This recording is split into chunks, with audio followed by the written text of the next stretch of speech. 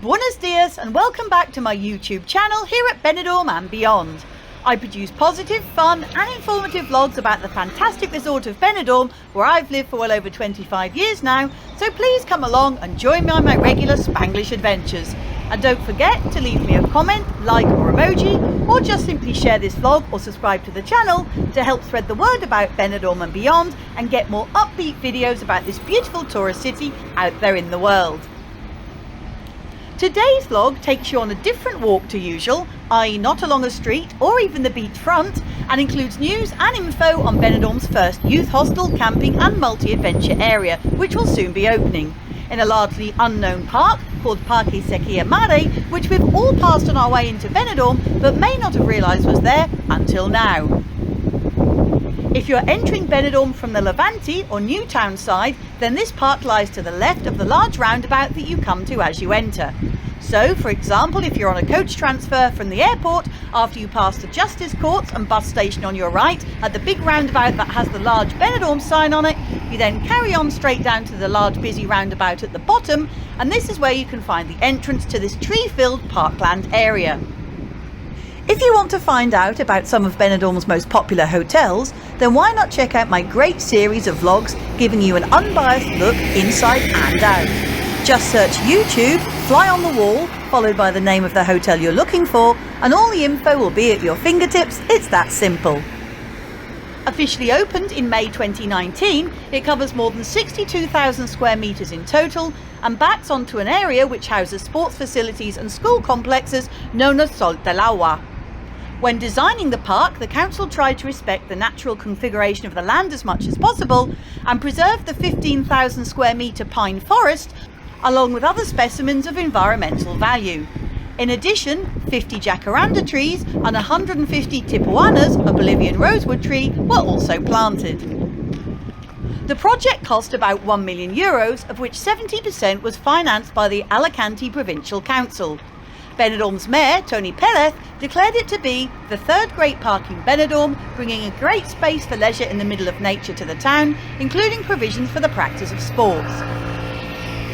With all this work having been completed some time ago, the park is now split into two parts, with the top area that we're walking around first housing a skateboard park and bowl, as well as the brand new youth hostel and interpretation centre and facilities which are not yet open to the public, with the hostel's construction having started in February 2023 but now being completed and just awaiting furniture and equipment, and presumably before its inauguration also staff. The amenities on site include a toilet block, a kitchen block and marked out areas where tents can be erected, as well as a children's play area complete with climbing tower, a tyre swing and slide, all hidden amongst the literally dozens and dozens of pine trees, as well as a zip line which I myself had a go on, seeing as no one was about on the day I filmed, and very fun it was too. This ambitious project was first approved back in the summer of 2021, with the official press release stating that the youth hostel will have a capacity for between 50 and 60 people and will have rooms for 8 to 20 beds with heating. There will also be bathrooms with showers, common dining and recreation areas, a library, a laundry room and a washing machine, and with either a breakfast service for food or, failing that, the availability of a kitchen. It was also noted that a landscaped roof was planned which you will be able to walk around, and we will in fact be walking around this today looking down on the park, and this creates a circular route which complements the park's already existing cycling and running paths and will open out onto a square of around 200 square metres.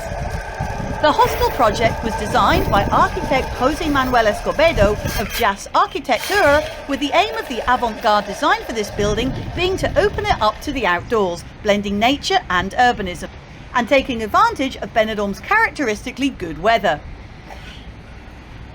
The so-called Interpretation Centre, which will showcase Benidorm's history in relation to water and its vital role, featuring interactive spaces which will be educational, will be located on the first floor along with the accommodation. Set in such a stunning natural area with the surrounding mountain ranges clearly visible in the distance, I can't think of a better place for young people who enjoy nature, exercise and meeting others to stay. But as you walk around the wooded area of the park, the tranquility is often rudely interrupted by an insect called the cicada, or tree cricket in English. These critters have an exceptionally loud call produced by the rapid buckling and unbuckling of drum-like tymbals, which are a sort of membrane. They also have prominent eyes set wide apart and short antennae, and one thing is for sure, you can never spot them, and they often stop buzzing the minute you approach the tree they're on. The lower section of this park, as well as being a pleasant place to stroll or sit at one of the many benches or have a bite to eat or drink at one of the picnic tables, houses a nod to Benidorm's history, and this comes in the form of many large pieces of water infrastructure dotted about, such as valves and piping. Why, you ask?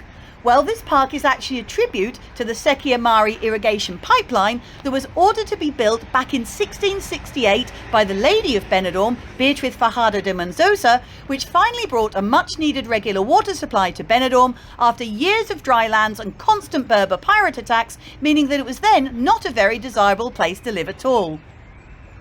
This irrigation channel, popularly known as La Sequia de Mare, supplied water to Polop, Lanuthia, Alfaz del Pi and Benidorm for centuries, boosting agriculture and population growth. Its construction finally allowed the regular irrigation of crops, the operation of flour mills and the supply of water systems, which then became the basis of the local economy and encouraged more people to settle in Benidorm as their home. Over time, the irrigation canal transformed the landscape with the emergence of farmhouses and a dispersed habitat that multiplied the population significantly. However, with the arrival of the Lower Algar Canal and the expansion of tourism in Benidorm in the 50s and 60s, the Sequia Mare lost its original function and fell into disuse around 1990. So now you know. The final part of this project has recently been put out to tender, which covers the construction of a perimeter fence which will allow the two sections of the park to operate independently of each other. And this will cost in excess of €200,000 to build. However, like the rest of the park's evolution, this will be funded partly with funds from the European Union.